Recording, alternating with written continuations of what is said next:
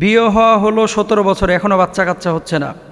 নিঃসন্তান দম্পতির বাচ্চা কাচ্চা হওয়ার জন্য কোনো আমল আছে কি না? আর একটা প্রশ্ন সম্পর্ক লিখেছেন, কয়েকবার কনসেপ্ট করেছি কিন্তু বাচ্চা পেটের ভিতরে নষ্ট হয়ে যাচ্ছে, বারংবার এমনটা হচ্ছে, ডাক্তার কোনো কারণ খুঁজে পাচ্ছে। এমতো অবস্থায় আমাদের করণীয় কি? দেখেন, ইয়াহাবুল লিমান ইয়াশা উইনাসা ওয়া ইয়াহাবুল লিমান ইয়াশা উদ্দুকুর আও ইযাওয়িজুহুম দুকরান ওয়া ইনাসা।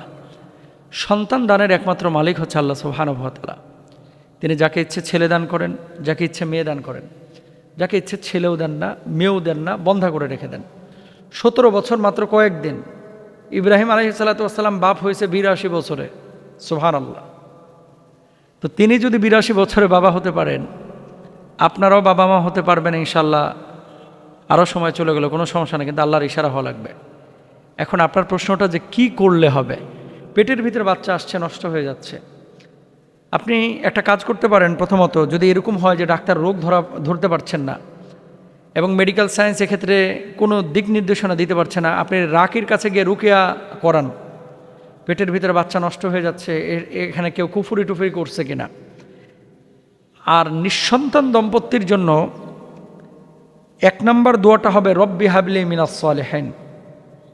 এই দোয়াটা আপনারা বেশি বেশি করেন। রব্বি হাবলি মিনাস সালিহিন। তাহাজ্জুদে করেন, তাহাজ্জুদের নামাজের পরে দোয়া যখন করবেন সে সময় করেন, 5 ওয়াক্ত নামাজের পরে করেন। ইব্রাহিম আলাইহিস সালাতু ওয়াস সালাম এই দোয়া করেছেন। এরপরে জাকারিয়া আলাইহিস সালাতু ওয়াস সালাম এই দোয়া করেছেন।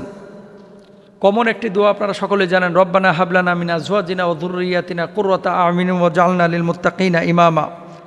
এই দোয়াটা করবেন। আর হযরতে জাকারিয়া আলাইহিস সালাতু ওয়াস সালাম যখন বৃদ্ধ হয়েছেন তখনও তিনি সন্তান লাভ করেন নাই, তিনি একটা দোয়া করতেন।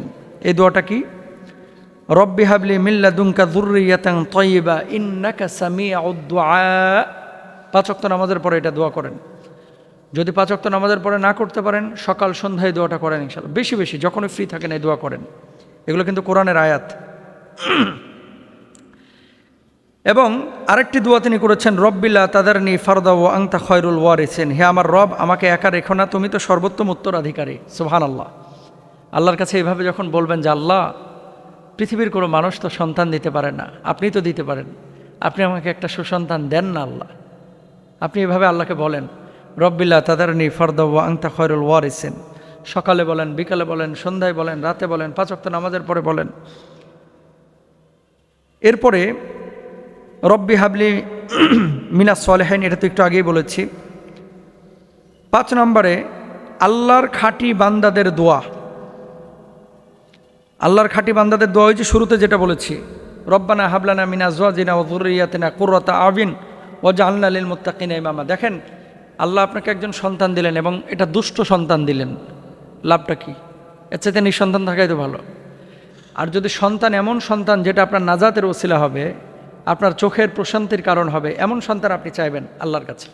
এজন্য এই দোয়াটা করতে হবে। 6 নম্বর, বেশি বেশি ইস্তেগফার করবেন।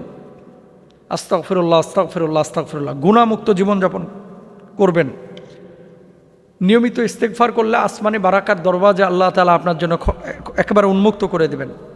রাসূল আকরাম সাল্লাল্লাহু আলাইহি ওয়াসাল্লাম বলছেন, যে ব্যক্তি নিয়মিত ইস্তেগফার করবে আল্লাহ তাআলা তার সংকটকে দূরীভূত করে দিয়ে উত্তরণের পথ বাইর করে দেবেন, সব দুশ্চিন্তা মিটিয়ে দেবেন এবং অকল্পনীয় উৎস থেকে তার রিজিকের সংস্থান করে দেবেন। সুবহানাল্লাহ।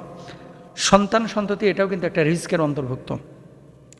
সবশেষ যে আমলটা করবেন, স্বামী স্ত্রী একান্ত মিলনের সময়, সম্পর্ক স্থাপনের সময় দোয়া করবেন, বিসমিল্লাহি আল্লাহুম্মা জান্নিবনা শাইতান ও জান্নিবুশ শাইতান মা রাযাকতানা। এই দোয়াটা আপনারা বেশি বেশি পড়বেন ইনশাআল্লাহ। আল্লাহ তাআলা আমাদের সবাইকে বোঝার তৌফিক দান করুন, আমিন।